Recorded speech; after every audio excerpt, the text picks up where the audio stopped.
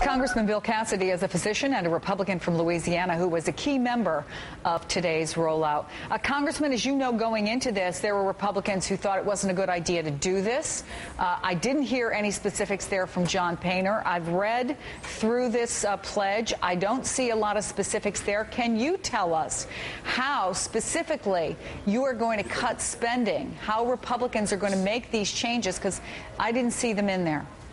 Chris, one thing we can say about tort reform, for example, because one of the key things of what we're doing is tort reform. The Congressional Budget Office says that will save $54 billion over 10 years. Now, that is a specific that actually has a CBO score that we would attempt to implement that would have basically an immediate impact. The second thing I can say is... Where are the changes in entitlement programs? Where are the mentions of the costs of the war in Afghanistan and Iraq and how... Let me start with the entitlement programs. Okay. I was struck that the day after the president signed the bill regarding the health care bill, his co-chairman of his Presidential Commission on the Debt got on TV and said the problem with our debt indebtedness is health care entitlements. Now, this is the day after we supposedly passed a bill that took care of the issue. So the first thing you do is you don't make the problem worse. Think about it. We just took the savings from Medicare, and instead of shoring up Medicare, we've invested it into a third entitlement program. We took Medicaid, which is bankrupting states, and we greatly expanded it, and somehow we're going to create this third entitlement, which rescues the first two.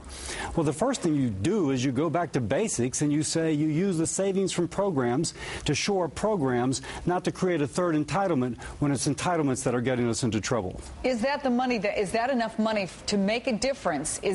Don't some hard decisions have to be made about things like Social Security? Don't some hard decisions have to be made about supporting the troops and spending the money that we're spending on the wars?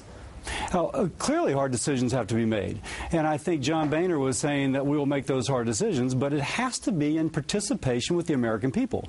I think the American people are tired of being told from on high what they should and should not do. Isn't that a cop-out? With all due respect, Congressman, if you're going to say, here's our pledge, don't you have to say, here specifically is what we pledge to do? Don't say, American people, I know you elected us to find answers, but we're waiting for you to give us the answers. Well, let me repeat what I said earlier. One of the specifics we had is tort reform, which is just for the federal program, saves $54 billion. The second specific is that we do not implement a third entitlement, which further aggravates our problems of entitlements.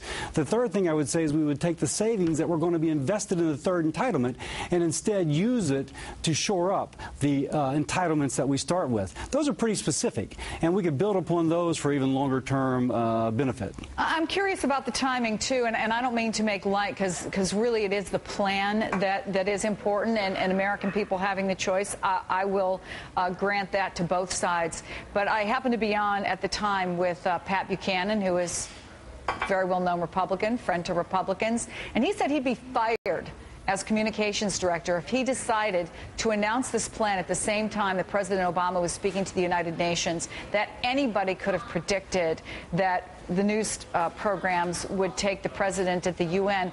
Was there a misstep there in getting this out to the American people?